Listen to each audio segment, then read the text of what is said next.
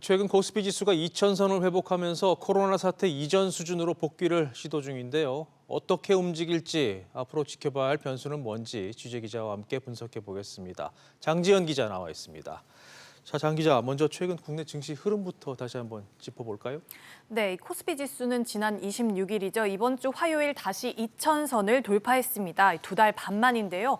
오늘도 2,029선에서 마감을 했으니 종가를 기준으로는 안정적인 흐름을 보이고 있는 겁니다. 하지만 하루 전체 흐름을 보면 변동성이 상당히 심했는데요. 오늘도 오전에는 2,006선까지 내려가 2,000선이 붕괴되나 싶었는데 막판에 다시 반등을 한 겁니다. 어제도 2,050선까지 오르다가 결국 막판에 다시 하락 마감했습니다. 네, 변동성이 크다는 건 그만큼 불안감도 작용하고 있다는 얘기인데 가장 큰 변수는 지금 뭔가요?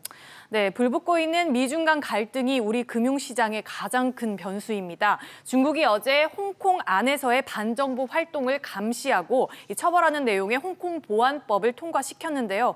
이렇게 되자 미국이 경제와 무역에서 홍콩을 중국과 별개로 대우하는 특별 지위를 박탈할 것이란 전망이 나오면서 미중 간 신냉전이 눈앞에 닥친 겁니다.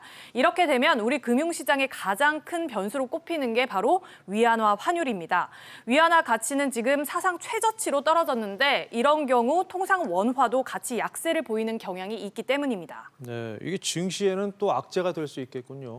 네, 환율 때문에 손해를 입을 수 있다는 우려, 그러니까 이 환차손 때문에 증권시장에서는 외국인 자금이 대거 이탈할 수 있습니다. 하지만 1차 미중 무역 분쟁 때만큼 영향을 주지 않을 것이라는 전망이 우세한데요. 왜 어떤 이유 때문인지 이야기 들어보겠습니다.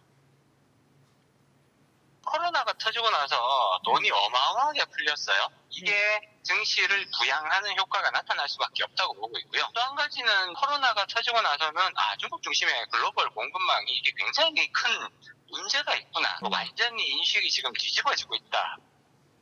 네, 다만 우리나라는 결국 미중 간 양자택일을 해야 하는 상황이 될 수 있는데요. 결국 어떤 선택을 하느냐에 따라 금융시장을 넘어서 경제적 파장에 영향을 끼칠 수 있을 것 같습니다. 네, 장 기자 잘 들었습니다.